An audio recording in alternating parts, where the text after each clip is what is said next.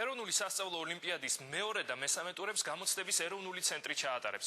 ოლიმპიადის შესარჩევი პირველი ტური 2010 წლის ბოლოს საჯარო სკოლებში ჩატარდა. მომდევნო ტურები კი საქართველოს 65 ქალაქსა და რაიონული ცენტრის 91 სკოლაში ჩატარდება. საერთო ჯამში ოლიმპიადაში მონაწილეობას 85,000 მოსწავლე მიიღებს. მესამე ტურში გამარჯვებული 10 მოსწავლე კი ეროვნული ნაკრების წევრი გახდება და მონაწილეობას მიიღებს საერთაშორისო ოლიმპიადებში. ოლიმპიადები არის ერთ-ერთი ყველაზე წარმატებული პროექტი, რომელიც ხორციელდება განათლების სისტემაში და აძლევს შესაძლებლობას ყველა მოსწავლეს, რომ თავისი ნიჭით შრომით, ცოდნით დაამტკიცოს თავისი მაღალი კვალიფიკაცია. ის რომ 80,000 ბავშვი, 80,000-ზე ბავშვი, მეტი ბავშვი მონაწილეობს მეორე ტურში ოლიმპიადების, უკვე მეთქონებს იმაზე, რამდენი მოსწავლეებისთვის არის ეს საინტერესო. მეორე ტური გახლავთ შუალედური ტური, მოდით ესე ვთქვათ, გქონდა შესარჩევი ტური, ახლა შუალედური ტურია და შემდეგ უკვე დასკვნითი ტური იქნება.